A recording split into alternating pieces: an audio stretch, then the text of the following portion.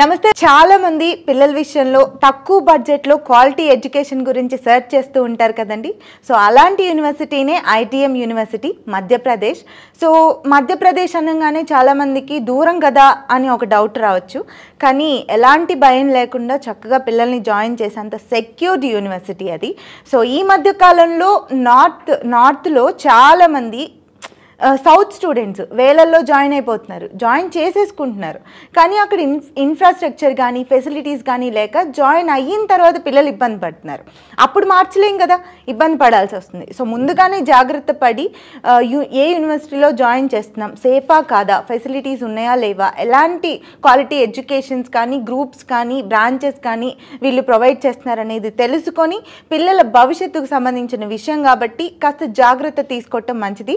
So ఈ విషయంలో clarity మీకు ఇవ్వడం కోసం అని చెప్పి ఈరోజు మనతో పాటు స్టూడియోలో south Indian admission coordinator Rajasekhar Reddy గారు ఉన్నారు. సో సార్తో మాట్లాడి చాలా క్లియర్ డీటెయిల్స్ తెలుసుకుందాం.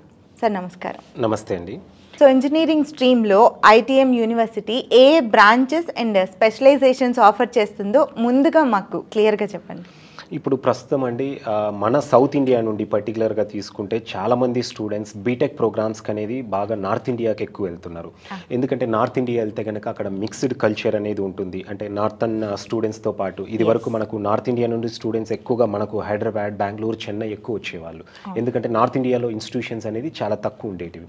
సో ఇప్పుడు ఏమైపోయిందంటే నార్త్ ఇండియన్ స్టూడెంట్స్ అక్కడ కూడా ప్రైవేట్ యూనివర్సిటీస్ ఎక్కువ అయిపోయేసరికి నార్త్ ఇండియన్ స్టూడెంట్స్ అంతా కూడా నార్త్ ఇండియాలో ఉన్న డిఫరెంట్ యూనివర్సిటీస్లోనే వాళ్ళ ఎడ్యుకేషన్ అనేది పర్స్యూ చేస్తున్నారు.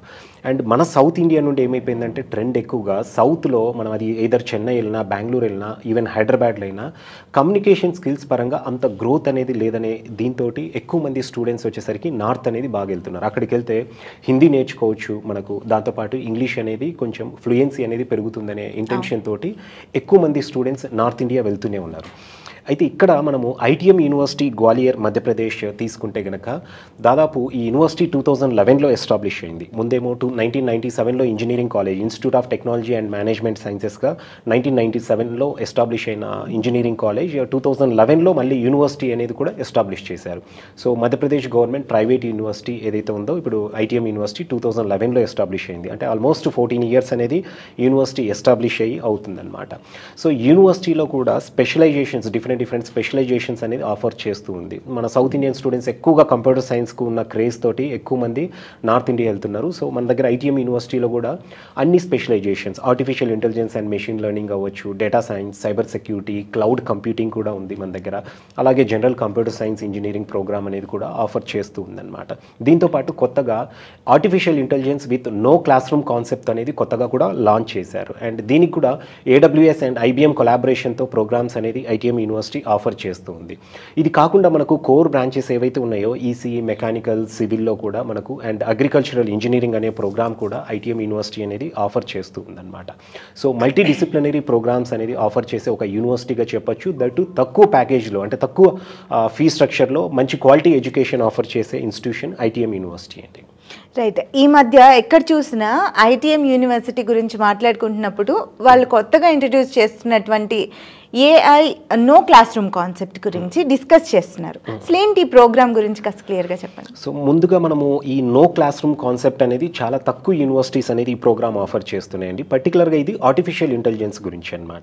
సో స్టూడెంట్స్ ఇప్పుడు ఆర్టిఫిషియల్ ఇంటెలిజెన్స్ అనేది మంచి డిమాండ్ ఉంది కాబట్టి ఈ ఏఐ టెక్నాలజీ మీద ఎక్కువ మంది చాలామంది స్టూడెంట్స్ అయితే ఇంట్రెస్ట్ చూపిస్తూనే ఉన్నారు. మనం ఇండియాలో తీసుకుంటే కనుక కొన్ని భువనేశ్వర్లో ఒక కాలేజ్, ఈవెన్ ఢిల్లీలో ఒక కాలేజ్, అట్లా ఒక 3-4 ఇన్స్టిట్యూషన్స్ మాత్రమే నో క్లాస్ రూమ్ కాన్సెప్ట్ అనేది లాంచ్ చేసి స్టూడెంట్స్కు ప్రాక్టికల్ ఓరియంటెడ్గా ఎడ్యుకేషన్ అనేది ఆఫర్ చేస్తున్నాయి.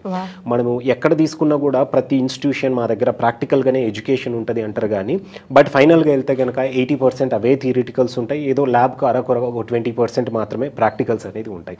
సో దానికి అంటే ఒక సొల్యూషన్ లాగా ఐటీఎం యూనివర్సిటీ ఆర్టిఫిషియల్ ఇంటెలిజెన్స్ అనేది ఒక 120 seats తోటి నో క్లాస్ రూమ్ కాన్సెప్ట్ అనేది ఇంట్రొడ్యూస్ చేసింది. అంటే ఇక్కడ స్టూడెంట్ క్లాస్ రూమ్లో కూర్చొని లెక్చర్స్ వినే కంటే కూడా ఆర్టిఫిషియల్ ఇంటెలిజెన్స్ టెక్నాలజీ టెక్నాలజీ మీద స్టూడెంట్స్ అనేది ట్రైన్ అవ్వడం జరుగుతుంది ప్రాక్టికల్గా. అంటే స్టూడెంట్ ఒక ల్యాప్టాప్ లేదా ఒక సిస్టమ్ ముందు కూర్చొని వాళ్ళు కంప్లీట్గా ప్రాక్టికల్గానే ఎడ్యుకేషన్ అనేది పర్స్యూ చేస్తారు. అందుకే దీన్ని ఆర్టిఫిషియల్ ఇంటెలిజెన్స్ ప్రోగ్రామ్, ఇది నో క్లాస్ రూమ్ కాన్సెప్ట్ అనేది అంటాం. ఇది ఇండియాలో ఒక ట్రెండ్ సెట్ అనేది అవ్వబోతుందండి. సో ఐటీఎం యూనివర్సిటీ ఇది చాలా ప్రెస్టీజియస్గా లాంచ్ చేసింది. అండ్ దీనికి కూడా డిఫరెంట్ కంపెనీస్ తోటి కొలాబరేట్ అయ్యి దీని కరికులం అనేది డిజైన్ అనేది చేస్తూ ఉన్నారనమాట. సో అందుకు ఎక్కువ మంది స్టూడెంట్స్ అంటే మన దగ్గర ఎలా ఉంటారంటే చాలామంది స్టూడెంట్స్ బుక్స్ రూపంలో ఇన్ఫర్మేషన్ అంటే నాలెడ్జ్ గెయిన్ చేసేదానికంటే కూడా ప్రాక్టికల్గా నాలెడ్జ్ గెయిన్ చేసేదానికి ఎక్కువ ఇంపార్టెన్స్ ఇచ్చే స్టూడెంట్స్ ఎక్కువ మంది ఉంటారు.